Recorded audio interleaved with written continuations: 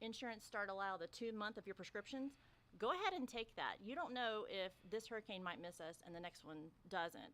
So go ahead and make sure your medications are refilled. You have an escape or an evacuation plan. The two things that everybody forgets is medication, like you said, make sure they're filled for 2 months. Yep.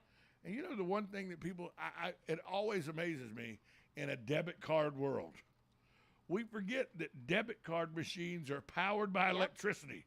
If they go out, you don't got access to money. So go get cash. Have some cash available in your go bag. Right, in case your debit card the power's out, because debit cards don't work when power's out. That is correct. And the other thing that we are going to be highlighting is pets. You got to remember. You always got to remember that. Your pets have food and water. They need food and water, unless you're going to share with them, which some people do. But they also, some of them may have medications. So you really want to go talk to your vet and see if you need to get those 2 months in advance as well. Just be prepared. That's going to be our game plan for this coming month. And I know the emergency management office does a great job. They're amazing. And you can actually go on their website, the county website, and go to emergency management, and they actually have a checklist of all the things to prepare you for hurricane season. And we have an animal services on their webpage has a checklist for your pets. Right. So we can take care of humans and pets. Because believe me, folks, you thought that tornado, that F1 tornado at 110 miles an hour was a bad thing, and it was. It was a terrible thing. A hurricane can do that for 12, 13 hours. Right. They like to sit. Yeah, they like to take their time. Yes. They figure if you put a name on me, I need to be able to, you need to remember me. Oh. So that's why we don't put names on tornadoes. They go too fast. Well, that could be true. Hurricane goes, I'm here for a while. Go ahead and name me. Let's get intimate. I also want to let your listeners know that they need to sign up for alert at alertmarion.com. Get those messages on your phone. And there are FEMA messages that you can sign on FEMA.gov, I believe it is. Any messages that you can get, phone, radio, the AM radios.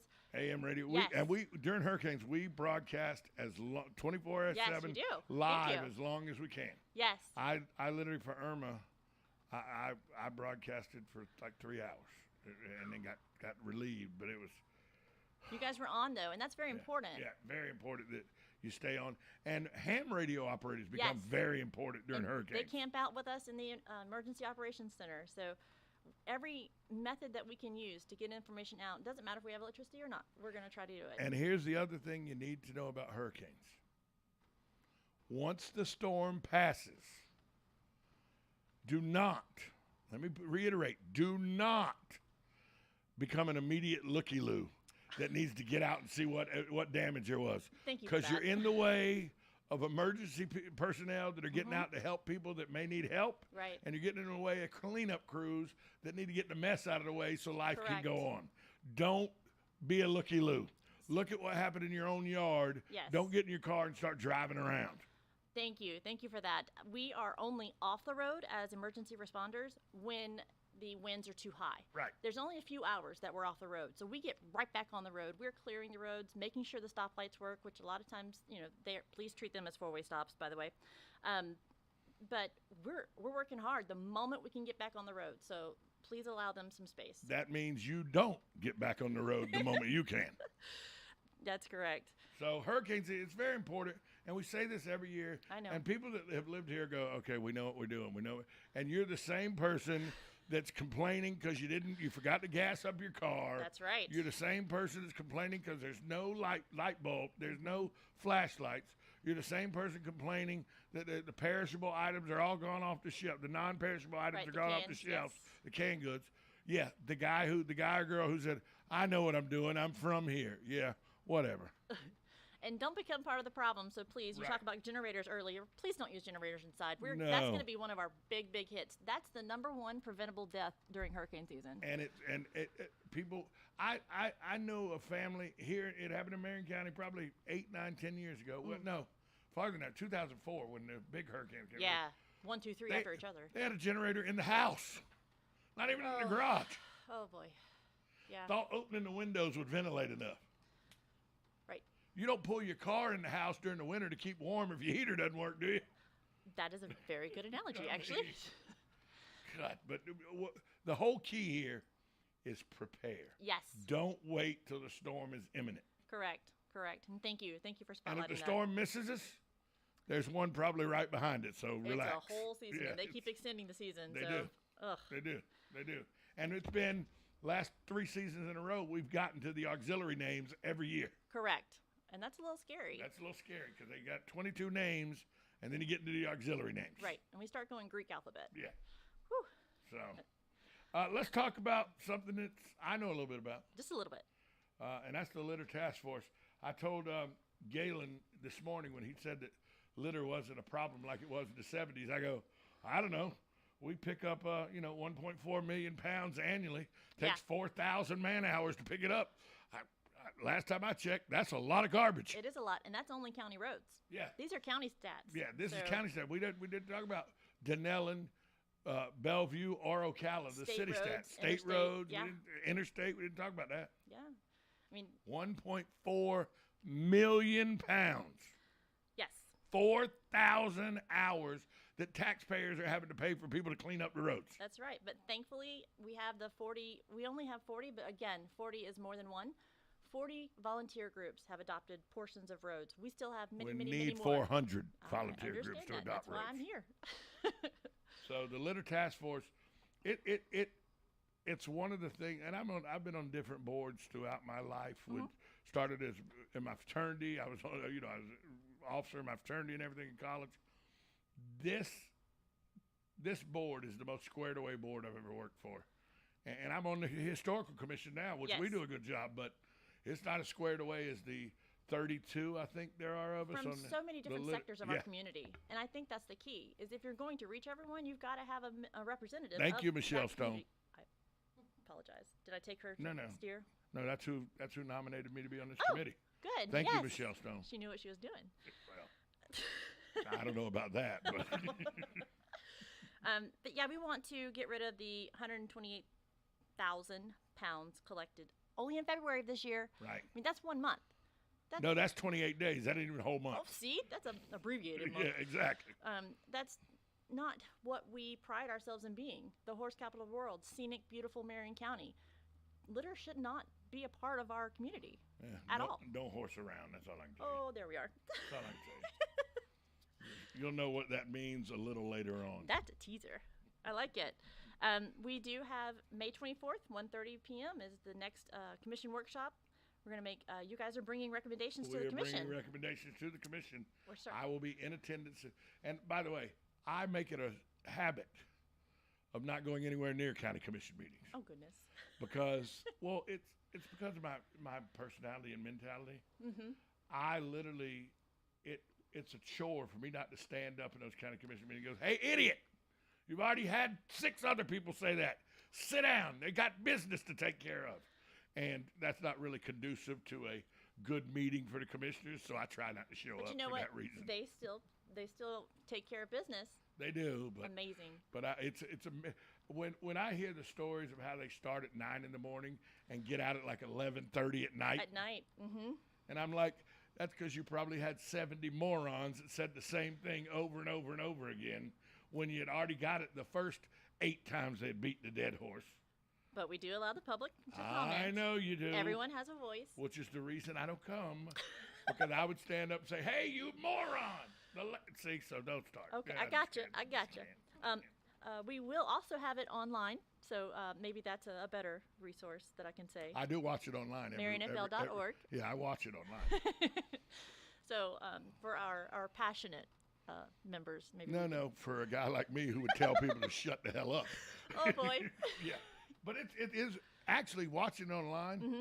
is a great advantage. I mean, it's a great thing to have because it not only allows the people that are in attendance, it allows the entire county. You can sit at home and watch the county commission meeting. We don't want to have any barriers for you not to know what's going on. You should have no excuses. And if you do, give me a call. Let's figure it out. Yeah. Y'all do a good job. And Awesome. HD, it's a good job. It's good. Closed captioning, ADA, Right. got it. I don't necessarily need to know that you need to zoom in on Commissioner Gold like you do, but that's just me. I'll let IT know. So let's talk about the partnership that the county has with the Florida Housing Coalition. Yes. Well, this is a really big time. In summer, we do a lot of pushes for grants. this builds into the grants, but we have a survey coming in that will help us get money into the county. And anytime we can get money into the county outside of property taxes, I think it's a good thing. We do have the link. I can give you the link. It's a little difficult because it's a survey online. So we have it on our Facebook page. We have it on our website. I'm going to send it to you if you don't have it on your contacts, just so that people don't have to drive and try to write down a survey link. But the main component of this, what's called a guided growth plan, is that we're going to create a development potential rating system. It's not how the development is now, but what it can be.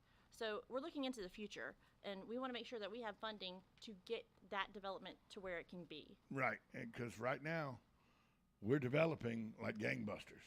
So we need money to help support some of this development. Because when a developer comes in and develops, the county has to develop the infrastructure that works in harmony with what the developer's doing on their property. Right, and that's what we're talking about. All according to a plan that goes out to 2045. So. Right.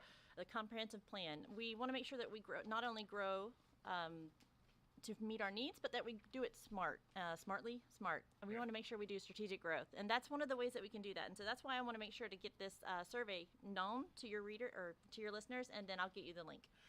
Speaking of growth, yes, tourism has grown by leaps and bounds. Have you noticed? We did.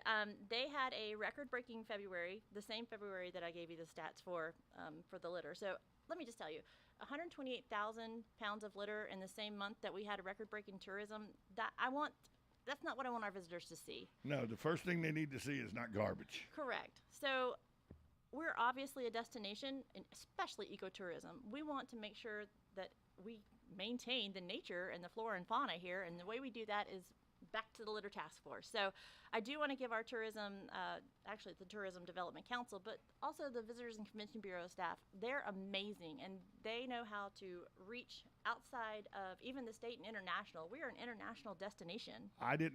It was the first time I saw a commercial, because, I go to Orlando a lot. Mm-hmm. And Orlando, if you watch TV in Orlando, a lot of different states advertise in Orlando. And, you'll see Nevada, see California. I saw Marion County commercial. I was like, everything they showed, I was like, I know where that is. Yep. I know where that. Yeah. But it was a commercial aimed at letting people know about Rainbow Springs. Yes. Letting people know that Silver Springs is not a destination that closed, that it's still a place you can come. Yeah, it's an amazing commercial. The Ocala National Forest. It's just a really amazing commercial. And that's part of the TDC and the Convention Bureau and everything. That's right. Doing a nice job. They're amazing. Amazingly, they shattered the record. Yes. Oh, no. They totally obliterated it. Yeah, it was ridiculous. Yes. So some numbers. The number brought in, so tax revenue that we did not have to take from the property taxes or general fund, $524,933. 1 month. Yes. And it's not even, and it's only 28 days. We missed 3 extra days. Imagine what we could do.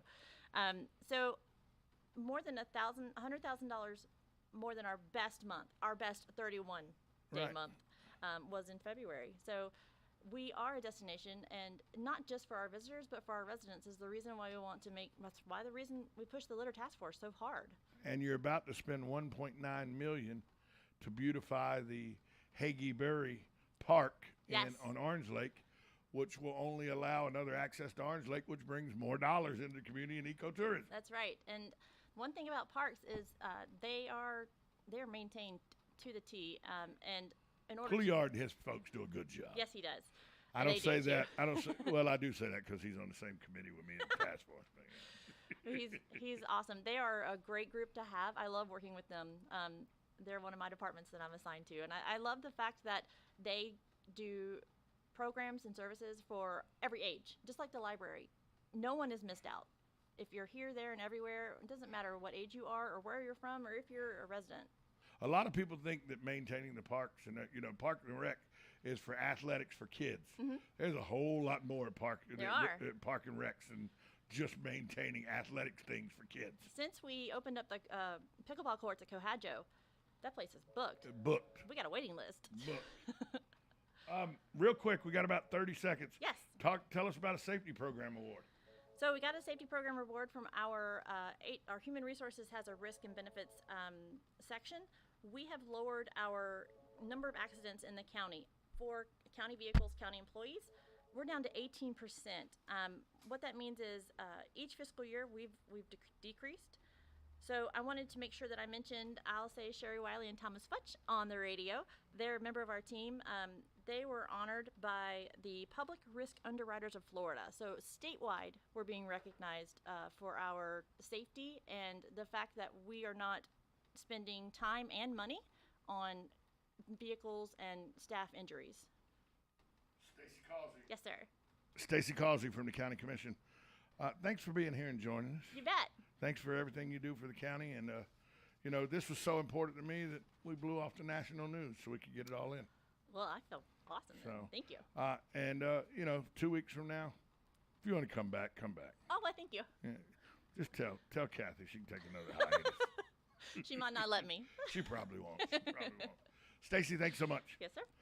We'll be right back at this timeout. You listen to the 13. Say, hey, by the way, the folks at Blockers Furniture, they're up next right here on Ocala Talks, 1370 AM, 96.3 FM, WOCA, The Source. 1975. It's Yendel's Building Materials. Whether you're making repairs, adding a room,